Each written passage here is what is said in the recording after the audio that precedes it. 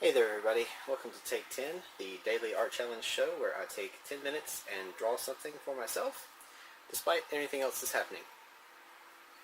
Today will probably go quite a bit more than 10 minutes. I might not get a chance to record it all, we'll see. Because today I'm working on the Rhino gouache painting I mentioned back in episode 2 or 3 that I did sketches for. So I finally got a chance to put it down on a piece of board. This is just heavy watercolor paper taped down to a piece of MDF to keep it from warping and to give me some kind of border here so I can wash like crazy and still have a clean edge when I pull it out, hopefully. Looking to frame this one eventually, so it won't matter so much because there'll be a mat around there, but I also wanted to help me visually frame it up. If you didn't see the other episode, I went through several iterations of thumbnails and sketches, designs for this to try to make it excuse me, try to make it fit properly in the frame and to sort of lead the eye around. Hopefully I've got that. I ended up cropping in much closer than the original sketches because I wanted to give the Rhino character here a sense of massiveness and largeness, I guess you'd say, as you would imagine a rhino would be. This is not just a rhinoceros rhino, this is a rhino man, basically. He's sort of a warrior character. I was giving him a warhammer here, the suggestion of a shield over here, which may change quite a bit once I actually get the paint down. But for now, we will just start by laying in some background, I guess. And I'm just going to start talking. I probably won't be talking very much about the painting so much as I'm going. We will see. Let's see, what am I doing for background? Okay. There's not a lot of background to speak of, quite frankly. He takes up most of the frame, which is what I wanted.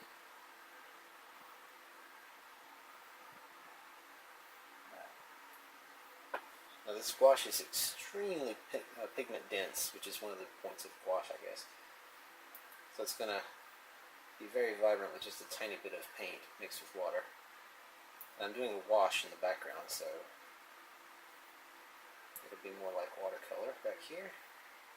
Using a larger brush than I intend to use for the figure. I'm trying to be careful with the edges.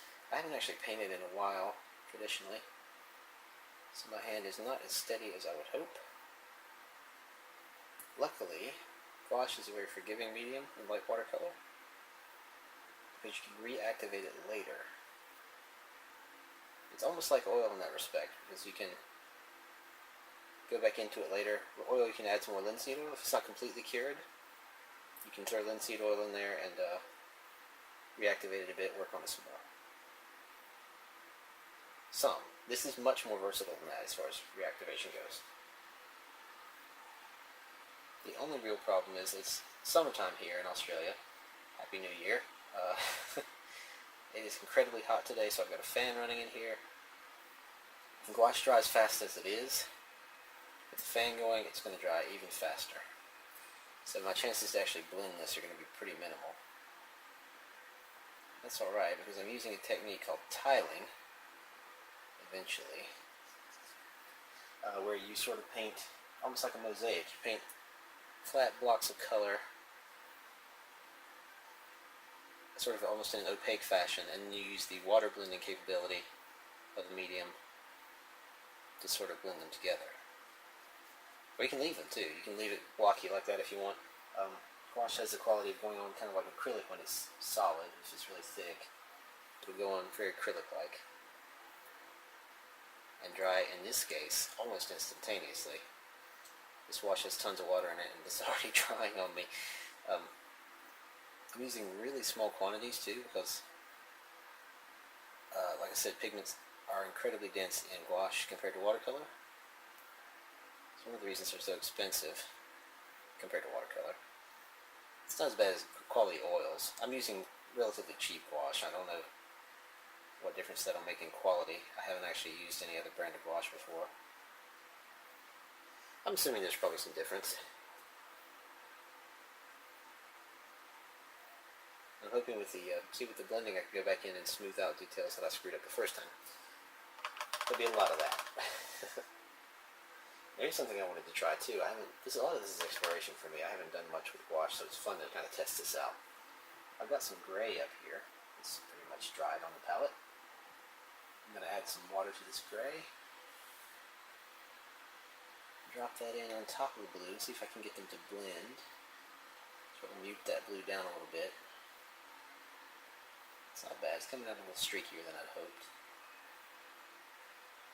And this paper is buckling on me, even though I taped it down, and even though it's 300 GSM. I think I'm using too much water for it. The internal sizing is not liking it. I did not stretch this paper ahead of time, like you can stretch watercolor paper by wetting it solidly, taping it down firmly to a board. I thought the thickness it was and the size of the page, I wouldn't need to do that, but apparently I was wrong. That's okay. This is all just a learning experience. And until I get better at this, I'm not planning on selling any gouache paintings anytime soon, so it's not a big deal. Put some of that back in. Put it back in, thicken that back up a bit, give it a little more color back. But by adding the gray, I've managed to mute down the tone a bit. I want to drop that down, because he's not going to be very vibrant colored either. Vibrant colors tend to come forward to the eye, whereas dull colors tend to recede. I do want a strong contrast between him and the background, which is why I'm doing sort of a blue back here. He's going to be kind of warm tones, especially in the highlights. I want to do like almost like a golden sun kind of highlight on him. I think that suits. He will be very gray kind of color, but sort of a warm gray. I've got yellow ochre here I'm going to mix with the gray to suit that out. Yellow ochre and burnt umber. I'm going to mix those together. Get sort of a brownish grayish color to use for his skin.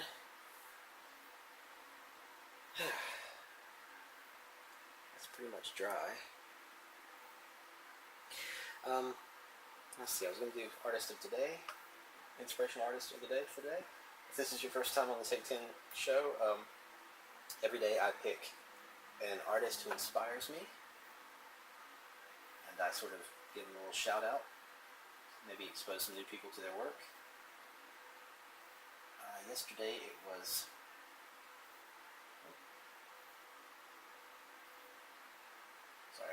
yesterday it was Jeff Lafferty, whose online show, Artcast on YouTube, has actually inspired me to do this. So I owe him a debt of gratitude for that. Greatly appreciate his influence. I'm going to try this tiling bit here. Now luckily with the background I'm going really amorphous, like just vague shapes to simulate the background here. I just want to separate that hammer from his body and the further away parts of his body from his hand. And that's really all I'm doing with this. I'm making a huge mess of it because I'm not very good with the brush. I'm holding it all wrong, I know.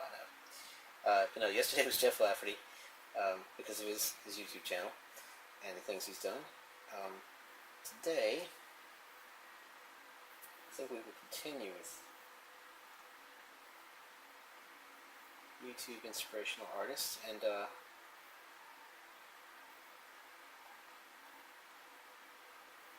there's a YouTube channel hoster, goes by the handle of bobmeatbag. I know that seems incredibly strange, and it is. He's got a kind of a wacky sense of humor. His show has a bit of a gimmick, but it's still entertaining. I enjoy it very much. He calls his followers and student type people meatbags. In an affectionate way, of course. I find that interesting, kind of endearing. He also does a challenge where you'll submit an idea and he'll paint whatever or draw whatever it is. And they get some really strange things on there. The fun strange.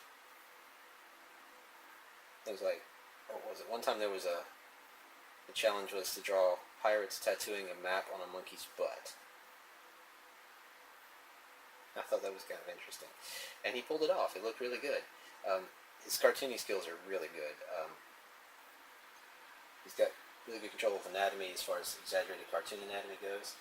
He probably can do some serious work as well. I haven't seen anything serious, either in tone or medium from him really, but it's obvious that he's got the goods as far as it goes to art.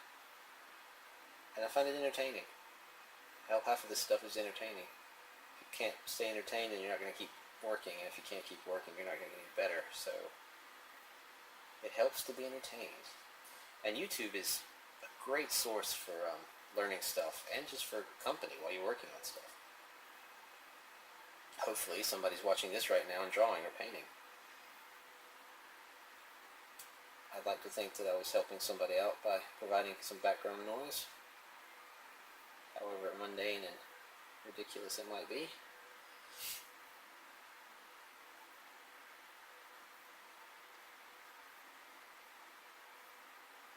Again, I am grateful that gouache is reactivatable because this is turning into a huge mess.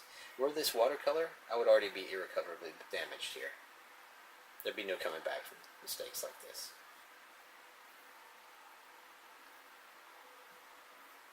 It's already a hot mess, quite frankly. It's kind of the way I work, though. I think looking back, about half of my method is fixing problems. It's really not a very efficient method to work, and I'd like to change it up. But it does give me some comfort when things go wrong. Because when you specialize in fixing problems, when you come across a problem, it's really not that scary. You kind of find yourself saying, who cares? I can fix that. I know what I'll do with that. Maybe a lot of it is just kind of knowing what to do when things go wrong.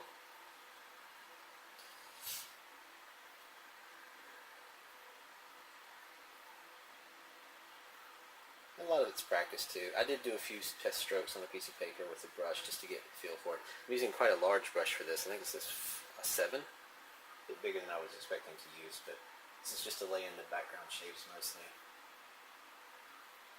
And I have to mix more of my color constantly, so it's not going to be very consistent either. And not to sound devil may care, but I don't care. It's not as important to me as what it ends up looking like. I know technique is a great way to get the exact results you want, but until you get great technique, sometimes you just have to power through.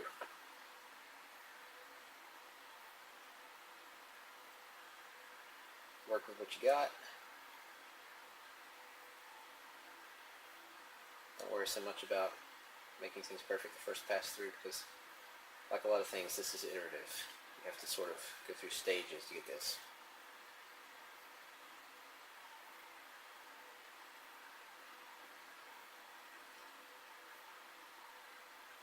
I think once I get this base coat down, I'm not planning on leaving any of the white for highlights and stuff. Like with markers, you try to leave some white paper for your highlights, because markers don't have a white option. If you want white in a marker drawing, you have to resort to some other kind of media, like ink or leaving the paper white, of course. That's always an option. Paint, sometimes. White gouache actually makes a pretty good cover-up. Haven't tried that one yet, but I've used white gouache on watercolor paintings before, and it works really well.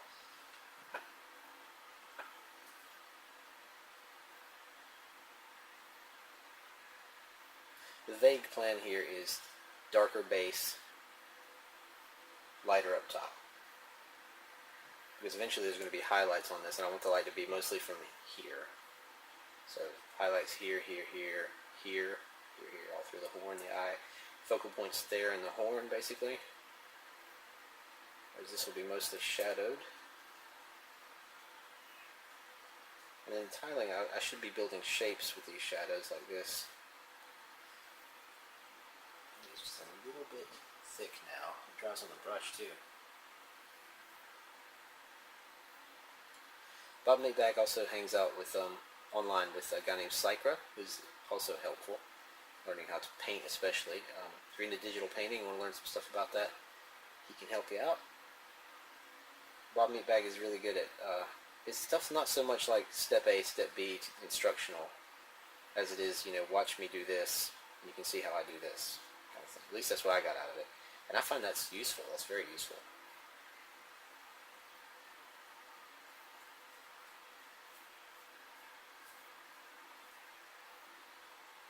This large brush is becoming somewhat cumbersome with the gouache drying on it before I can get into the details.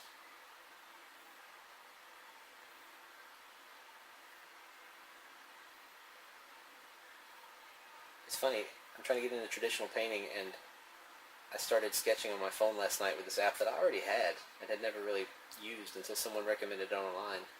Ryan Wheaton actually mentioned it. He did one of his daily drawings for last year, I suppose it is last year now, was done entirely on his Note 4, Galaxy Note 4, which I also have. He did it in Sketchbook Pro, or Sketchbook Express, or whatever the mobile version of Sketchbook is. And I've got that one too, but I found the drawing tools were a little inadequate for my needs, so I switched to layer paint, because I actually wanted to do digital painting. And I've also got a Galaxy Note 10.1 tablet, like a larger form tablet. I've been using that for digital painting and layer paint, which is good. It is pretty good, especially considering it's an Android tablet. It is a bit limited though. It's got, like, for instance, it's got a selection tool, but you can't manipulate the selections as well as you can in, say, Photoshop.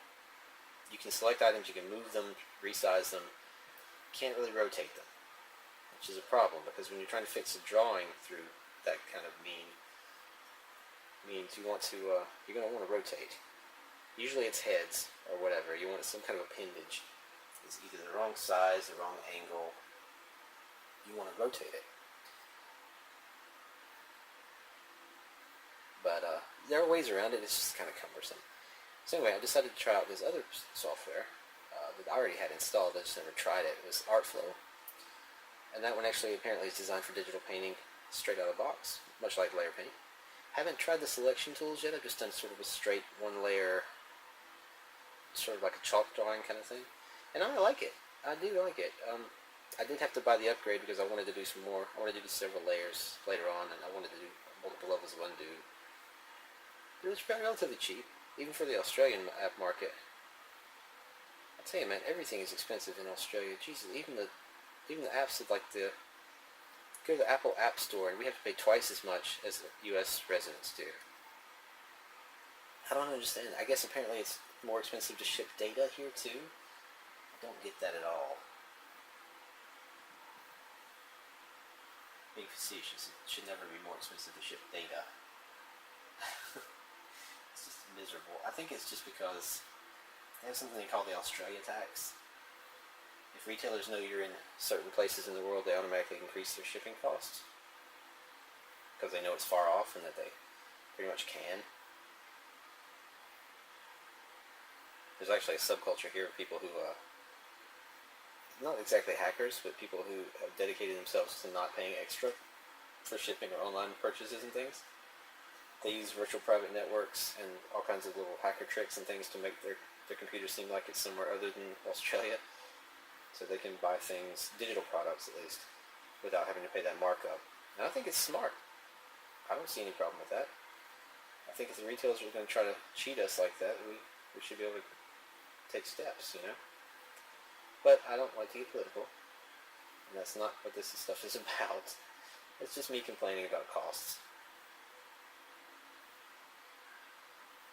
Anyone who's in Australia would understand why I would be complaining about costs. Especially if you weren't born here. Maybe if you grew up here, you're kind of used to paying a lot more than everybody else for everything, but it's frustrating. For someone who's from a place with relatively low cost of living. I was born in North Carolina. I lived in South Carolina and North Carolina most of my life. So to come here and have to deal with triple the cost of what I'm used to for things, it's a bit of a shock. Here's where I'm trying to do some of that tiling. I think doing the fat brush like this, the heavy, hard to control brush, I actually get some interesting shapes. And because I'm not relying on the white to do anything particular for me, I can fill it back in later.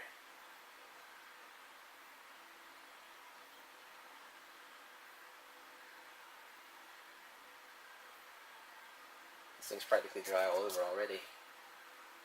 It's got kind of a weird sheen to it when it's dry. So it's very matte. I mean, it's not reflective at all, but it feels like that old poster paint you used to use in grade school. It's interesting. It's funny the memories you get from materials like this. Another example of why it's fun to do traditional stuff over digital. Digital stuff doesn't give you sense memories. Maybe visually. You're not going to smell a digital painting and think of, when you're in 4th grade. I hope. If you're smelling digital paintings, you might want to check into a hospital.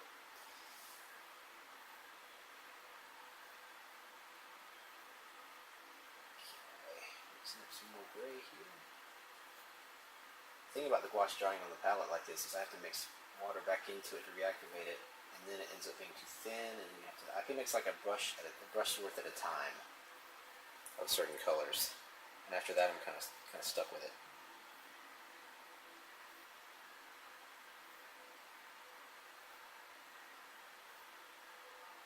I wonder if I treat this like a marker kind of thing, can I get away with it? Since gouache can be opaque and transparent, I'm going to try to lay down what looks like opaque lines here, and then later on when I come back over them with a watered down color, I wonder if it'll blend them. It should. I mean, that's what happened with the gray up here. Blend them a little bit.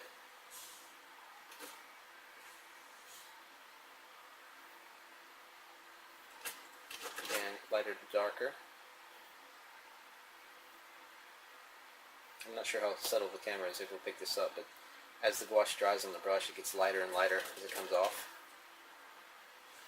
You can see kind of less and less color. Just going through the grooves now, just putting down, this is like the opposite of tiling. I'm just putting in the grooves where the shadows would be before I run completely out of gouache on the brush. Hopefully you can't hear that scratching at the door. That's our dog trying to get in, but she wants me to throw the ball. I am too busy to throw the ball right now. Sorry, Muppet. Alright, so go through here. I did hear that if gouache is too watered down, you can't reactivate it, so you have to be careful with that. It was interesting, studying the reference for this thing, I learned some things about the rhino's head that I didn't realize. Well, I knew it was huge and rectangular, right? I mean, it's just a weird shape. That's a gimme. But, it's also got this weird dent, like indentation area here. It curves over the nose, back, and then in and up to the forehead. The brain case up here, the cranium top of their head, is actually kind of, I don't know, like a squashed football shape on top of a big rectangular box. It's definitely strange.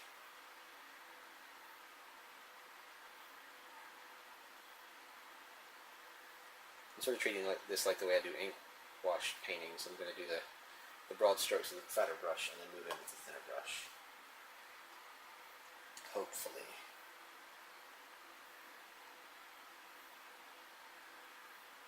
That's way too much water. That looks like watercolor.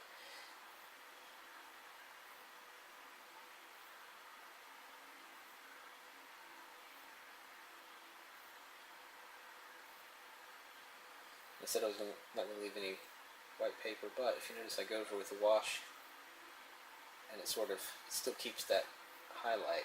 It just washes over the color. Trying to even out this dark area. It's supposed to be a shadow. Smooth transitioning is not easy for me in the first place. In any medium, really. That's always been one of my problems. Blending and gradation. You'd think the tile method would be perfect for me, but I'm going to need some practice before I can say I know how to do it. Anyway, now that I've lightened it up. So for the highlights, I'm going to go back in with lighter color, obviously. It ends up being kind of coffee colored here. I guess that's alright. I want a little more gray in it, but that'll just mute it down some, I guess. My wash has dried the little hardened beads on the palette here.